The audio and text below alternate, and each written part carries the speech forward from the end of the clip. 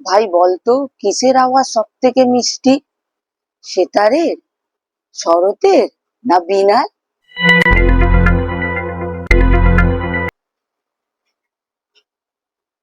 একটু ভেবে দেখতে হবে রে। ঠিক আছে, তুই ভাব তাহলে। আমি তোকে 10 মিনিট সময় দিলাম, ঠিক আছে?